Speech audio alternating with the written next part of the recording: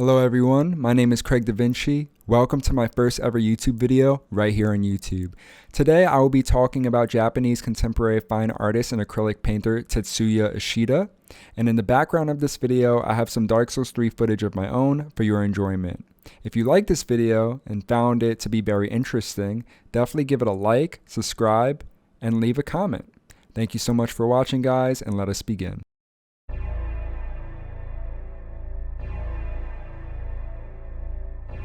Tetsuya Ishida was a contemporary Japanese fine artist who was known for his melancholic yet beautiful dystopian paintings, which all have a constant feeling of dread and sorrow, loneliness and uncertainty, and above all, are morbidly surreal in nature.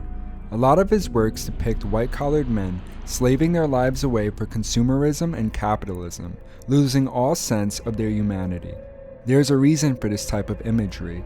Even to this day, I think many can relate to the paintings I'm about to talk about. Tetsuya Ishida became a young adult at a time in Japan where opportunity was scarce and the future was immensely dim, especially for young graduates. Tetsuya was born on May 28, 1973, and graduated from Musashino Art University in Tokyo in the year of 1996.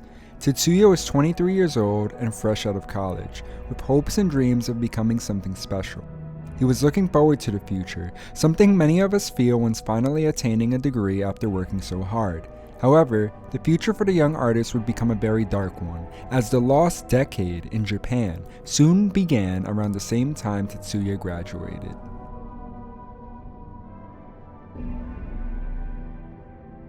The lost decade in Japan started between the years of 1991 and 2001, causing Japan's economy to enter a deep recession. The main cause of said recession was the Bank of Japan spiking interest rates in the real estate market, among other things. It was a time period in Japan where many felt hopeless, unemployment was through the roof, and life for the people of Japan went from promising to abysmal. Before the lost decade, Japan was immensely successful as a nation, transforming itself from a largely agricultural nation in the 60s to the world's second largest economy in the 80s. In the 80s, Japanese products were heavily prevalent, from many sporting Sony Walkmans to many owning Japanese-made motor vehicles.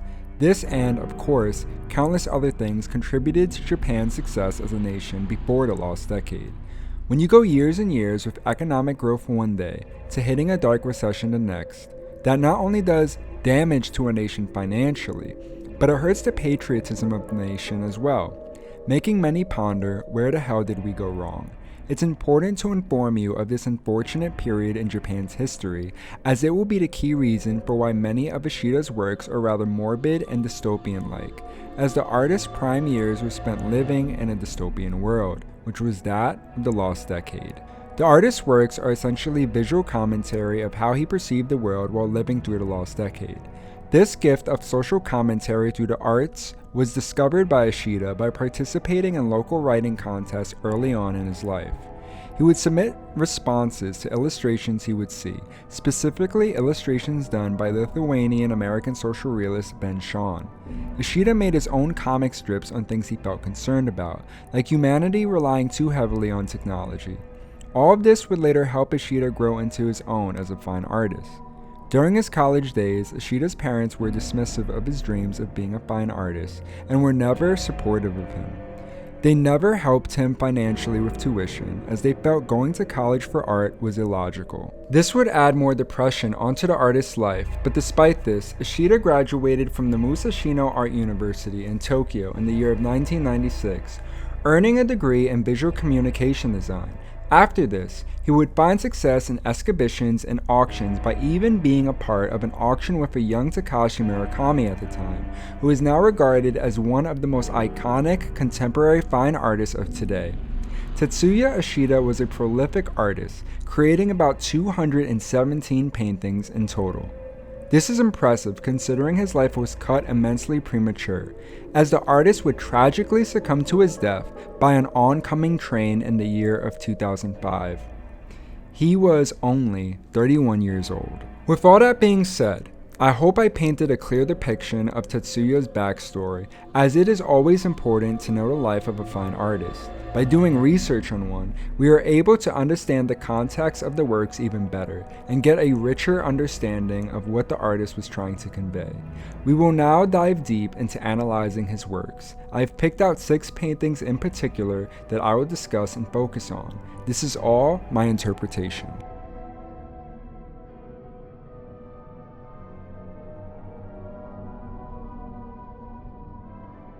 Refuel, 1996, acrylic on board.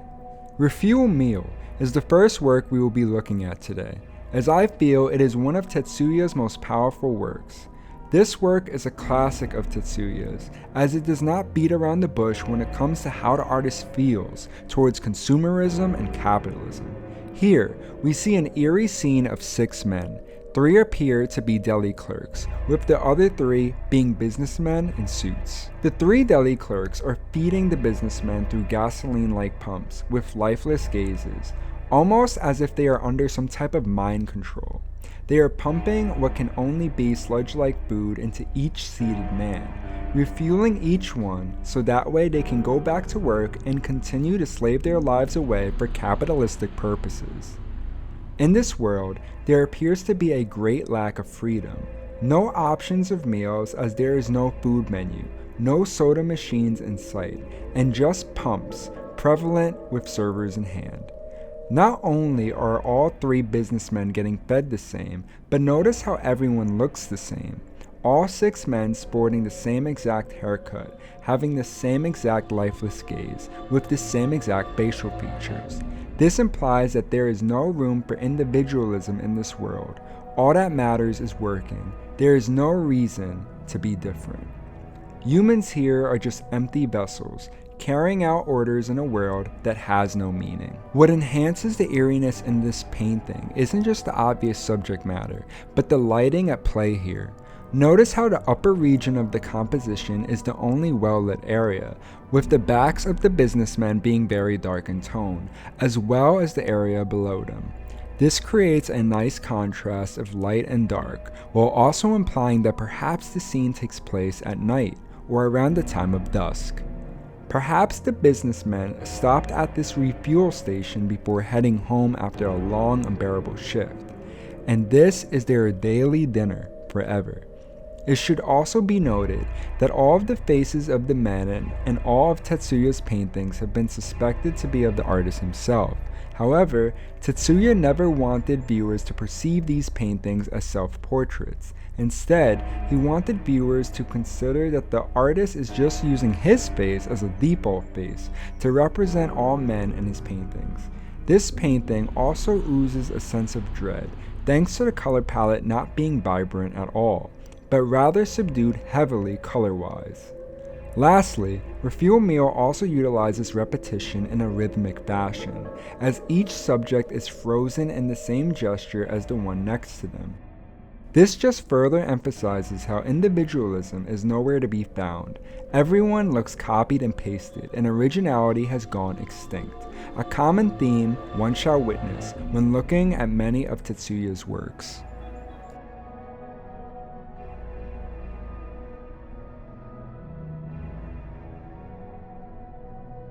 Supermarket, 1997, acrylic on board. Supermarket, the second painting here, depicts once again a suited man, but this time we can see a facial expression, as he is the star of the show in this composition. The suited man appears to be in a supermarket, unloading wanted items onto his mechanical arms, possibly at checkout, ready to close the purchase in order to feed his loved ones. The expression on his face is one that suggests hopelessness, concern, and exhaustion. During the last decade, many men had to take on multiple jobs or work overtime extensively in order to increase their income to feed their families. This is what I take away when looking at this pitiful man. A man who is exhausted from working so hard like a machine, to where a part of him is now a machine. There is a Japanese word called karoshi, which means death from overwork, which was unfortunately common within this time period in Japan. Perhaps the man within this painting is not far away from meeting his unfortunate demise due to the horrific work shifts one had to undertake to survive. The man also appears to have heavy bags under his eyes, with certain parts of his face looking utterly pale and sickly-like, further emphasizing his struggle with living. The painting is overloaded with such immaculate detail. It encourages the viewer's eyes to dance all around the canvas, from the numerous food boxes in the background to the detailed texture of the conveyor belts, to the buttons on the cash register. When looking at Ishida's work, you can tell there is a powerful influence of traditional surrealism within them. I can't help but think of some of Rene Magritte's work, as well as Dorothea Tanning, both of whom were artists that depicted the human form in beautifully grotesque ways. Supermarket overall depicts a very raw and genuine look into how life was like for a lot of men within the lost decade. A life of abysmal work shifts, feeling numb and mechanical, and facing constant financial instability. It was a life where you aren't living, but instead working to survive, something a lot of us in modern day America definitely feel.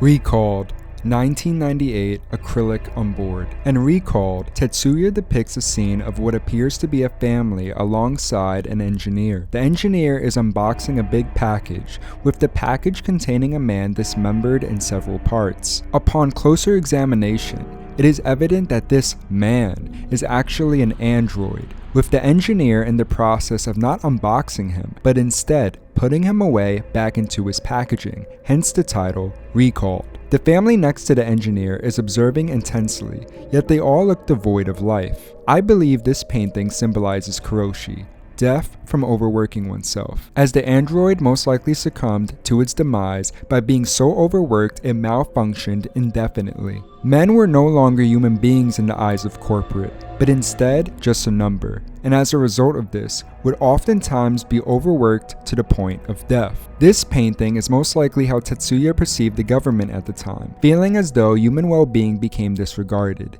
and all that mattered to these big companies was generating income no matter the cost. Men were just ants to a colony, slaves to a plantation, androids. When paying a closer look at the packaging, we see that this android was created by a company called NEC Corp, which happens to actually be a real company. NEC stands for Nippon Electrical Company, which is a Japanese multinational information technology and electronics corporation. They specialize in providing IT and network solutions, including AI, cloud computing, and much more. Additionally, they have been the biggest PC vendor in Japan since the 1980s. As mentioned much earlier in this video, Tetsuya was fearful of the notion of humanity relying too heavily on technology, so perhaps this painting is also Tetsuya foreseeing the possibility of big corporations such as NEC Corp further pushing that agenda, with the creation of androids and more advanced technologies. Being American, I had no idea NEC Corp was a real corporation. It is mainly a Japanese native one, so upon examination, I initially thought this was a made-up company for the sake of the painting, but I was shocked to find out it was actually real. When discovering this, I wouldn't doubt that this painting is also a way of Tetsuya expressing how he feels about said company. Maybe he felt they exploited their workers to the end of the earth, feeling as though NEC Corp slaved their workers away like androids with no feelings, treating them inhumanely during the lost decade. I recall reading an article long ago suggesting that androids could be a real possibility with being installed in many homes as early as 2050, and AI now being a real thing in many of our lives. Many of us use it heavily. It wouldn't surprise me if Tetsuya's fear became a reality soon enough.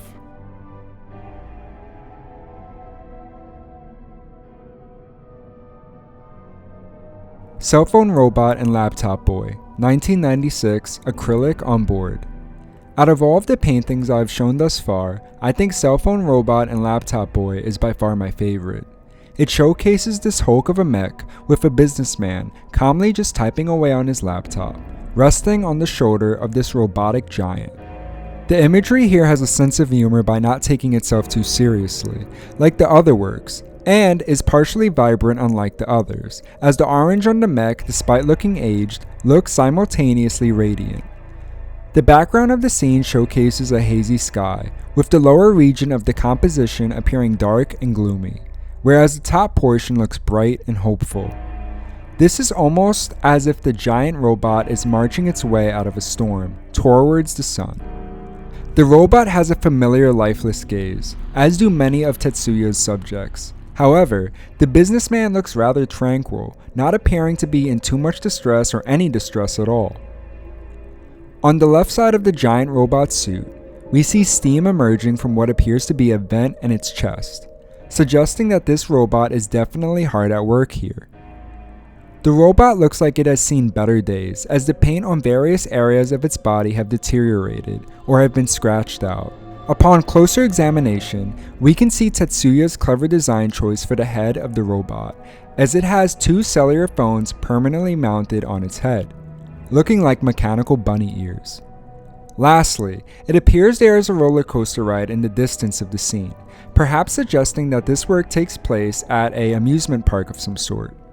In terms of what this painting is supposed to represent, I think it's Tetsuya entertaining his phobia once again, of humans being heavily reliant on technology. The giant robot is marching onward, whereas the businessman is calmly working, not paying any mind to the world around him. This could imply that technology will do the work for us more and more in the future, taking the lead and replacing human jobs.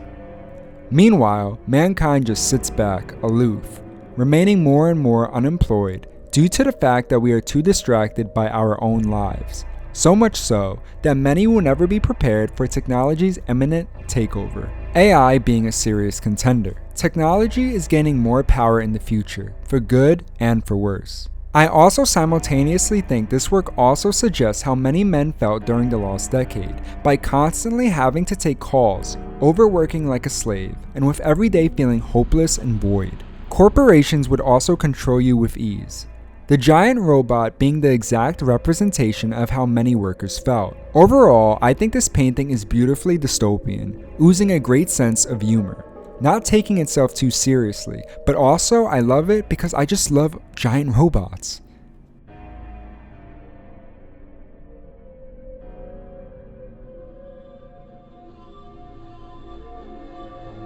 Cargo, 1997, acrylic on board. Public Property, 1999, acrylic on canvas. Here are the last two works by Tetsuya I will analyze today, with both of them being very depressing in nature. Both paintings perfectly encapsulate the dread of living in the lost decade. In Cargo, we see what appears to be young graduates, dressed up in suits and ties, with their bodies eerily compressed into cubicle shapes, looking like human packages, with handles attached to their bodies by strings. The subjects are on what looks to be a train, as they slowly emerge from the train door onto a platform. Their faces show signs of concern, sadness, and regret. When examining the context of Cargo, I feel as though these young graduates are being shipped away to corporations against their will, not looking forward to the grim future that awaits them. They will soon become a shell of their former selves, as their futures will promise nothing but unbearable, vapid work shifts, becoming slaves to capitalist overlords indefinitely. Despite my grim interpretation, this painting does show a good sense of humor towards this unfortunate situation, as the subjects are executed in a whimsical way.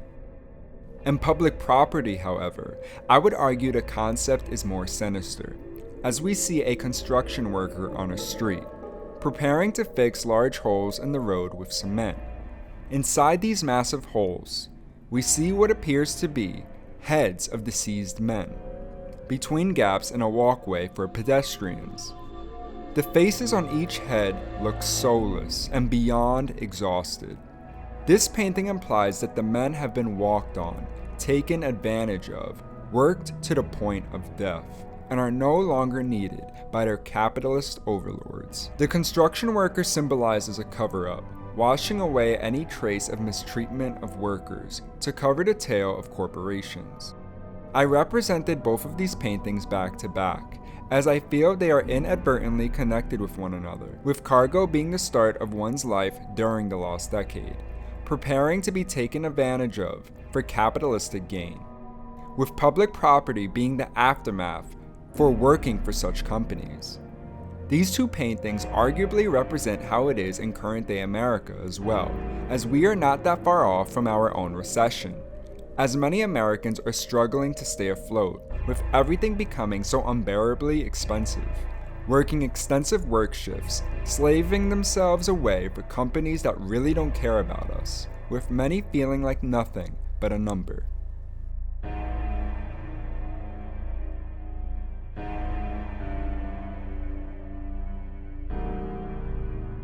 I decided to do this video on Tetsuya Ishida, not only because I am deeply in love with his paintings, as they are so beautifully atmospheric, but also because I find them to be relatable to how many of my loved ones feel.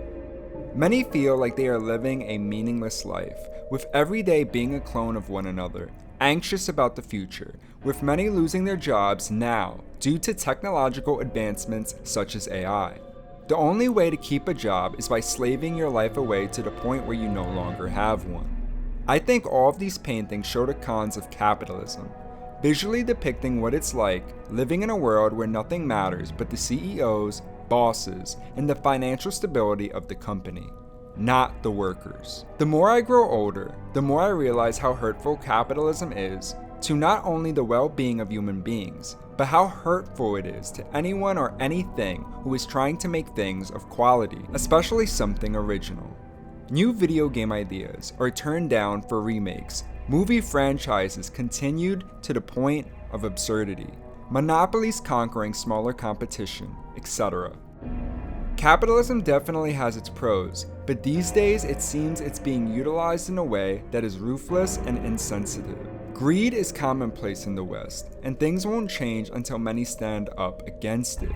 If you are in college, or about to graduate high school, the only thing I wish for you is to do something you genuinely love. Do not follow what your parents tell you to do. Do not slave yourself for companies you don't foresee a future in, no matter how good you are being paid. Look within yourself.